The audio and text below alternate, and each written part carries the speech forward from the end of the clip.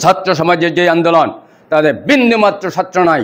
BNP, জামাত, শিবির বহু শক্তিশালী সারা বাংলাদেশের বিরোধী দলগুলো একত্রিত হয়ে কিছু করতে পারে নাই। এই বাক স্বাধীনতাটাকে ছিনিয়ে আনতে পারে নাই, কথা বলার স্বাধীনতাটা ছিনিয়ে আনতে পারে নাই, কিন্তু একটা ক্ষুদ্র ছাত্র সমাজের আন্দোলনে আমরা সেটা পেয়েছি। বিগত দিনে আপনারা চেষ্টা করে দেন, যত রিভলিউশন হয়েছে 1952 সালে ভাষা আন্দোলন, সেটাও ছাত্র সমাজের দ্বারাই সম্ভব হয়েছে। 69-এর গণ আন্দোলনের সফলতা ছাত্র আন্দোলনের মাধ্যমেই সমাধান হয়েছে। 71-এর মুক্তিযুদ্ধ, এটা ছাত্র আন্দোলন এবং ছাত্রদের মাধ্যমেই সমাধান হয়েছে, দেশ স্বাধীন হয়েছে। আজকে দেশের বিপর্যয়ে আমরা অনেক লাঞ্ছিত হয়েছি, দেশকে অনেক তলায় নিয়ে, সমুদ্রের তলায় নিয়ে গেছে, কিন্তু কোনো বিরোধী দলই পারে নাই তাদের শক্তি দিয়ে এই স্বৈরাচার সরকারকে দমন করতে। আল্লাহর রহমতে এই ছাত্র সমাজের মাধ্যমে সেটা পতন ঘটেছে। আপনারা জানেন, নমরুদ একটা ল্যাংড়া মশার মাধ্যমে পতন হয়েছে। আমি ছাত্র সমাজদের আন্দোলনটা এরকম, এটা একটা খাস রহমত, আল্লাহর রহমত ছাত্রদের মাঝে, ছাত্র আন্দোলনের মাঝে। আপনি বিএনপি থেকে আন্দোলন করেন, জামাত থেকে আন্দোলন করেন, শিবির থেকে আন্দোলন করেন, বিভিন্ন দল থেকে আন্দোলন করেন, তাদের একটা না একটা মুখ্য উদ্দেশ্য থাকে, সার্থক থাকে, কিছু না কিছু সার্থক থাকে। কিন্তু ছাত্র সমাজের যে আন্দোলন, তাদের বিন্দুমাত্র ছাত্র নাই।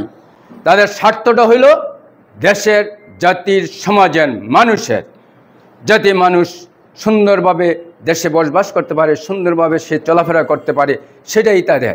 ওই তাদের পুঁজি বাটা, দালান করা তৈরি, বিদেশে ঘর বাড়ি তৈরি করে, এইটা বিন্দুমাত্র নাই।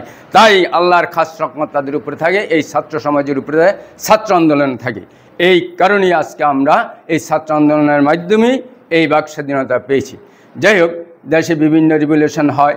এই পর্যায়ে আপনারা দেখেছেন বিভিন্নভাবে প্রেসিডেন্ট, অনেক মুরব্বীরা আছেন, প্রেসিডেন্ট সাহেব সাহেব, প্রেসিডেন্ট সাত্তার সাহেব, ওনারা ছিল না, ওনারা পদাধিকার বলে কিন্তু প্রেসিডেন্ট হয়েছেন। তখন প্রেসিডেন্ট শাসিত ছিল, দেশের বিপর্যয়ে যখন প্রেসিডেন্ট চলে গেছে, স্থানচ্যুত হয়ে গেছে, তখন প্রধান বিচারপতির ঘাড়ে আসছে।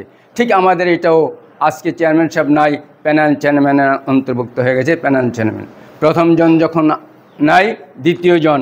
এই কাগজটা আমরা উপজেলার থেকে পেয়েছি। এই উপজেলার কর্মকর্তা ইউনো মহোদয় দিয়েছেন, এখানে পরিষ্কার লিখেছেন প্রথম প্যানেল চেয়ারম্যানকে দেওয়া হয়েছিল, ওনার অনুপস্থিতিতে এটা আবার পরিমার্জন করে দ্বিতীয় প্যানেল চেয়ারম্যানের নাম ইস্যু করা হয়েছে। এটা জেলা এবং বিভাগীয় হয়ে ইনশাল্লাহ এখানে আসবে, উনি পাকাপোক্ত হবে। আমরা আজকে এই কাগজের বলে এখানে এসেছি এবং একটু দোয়া করে যাব আমরা। আর আমি প্যানেল চেয়ারম্যান সাহেবকে নির্দ্বিধায় বলতেছি, আপনার গ্রাম কালাসাদারদা, আপনার ওয়ার্ড কালাসাদা, কদমতলি, পাটনিকান্দা মিলে 4টা গ্রামের ওয়ার্ডের আপনি মেম্বার।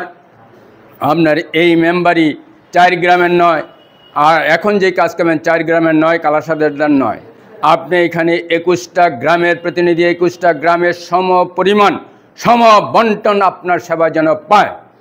আমার এই নির্দেশ বা এই অনুরোধটুকু থাকবে, যদি আপনি ইনশাল্লাহ ভালো হয়ে আপনার কাজ চালাতে থাকবেন। 21টা গ্রামের সর্বত্র আপনার বিচরণ থাকতে হবে। 21টা গ্রামের মানুষের প্রতি আপনার একই হৃদয়বান হতে হবে এবং তাদের সেবায় নিয়োজিত সবসময় থাকতে হবে। আপনার এলাকা বলতে কিছু না, 21 গ্রামই আপনার এলাকা। আপনার এই কর্মকাণ্ডের উপরে আপনার ফিউচার বা আপনার ভবিষ্যৎ নির্ভর করবে। আমরা দোয়া করি, আপনার সুস্বাস্থ্য কামনা করি, আপনি ভালো থাকুন, সুস্থ থাকুন, আমাদের সকলের সেবায় নিয়োজিত থাকুন।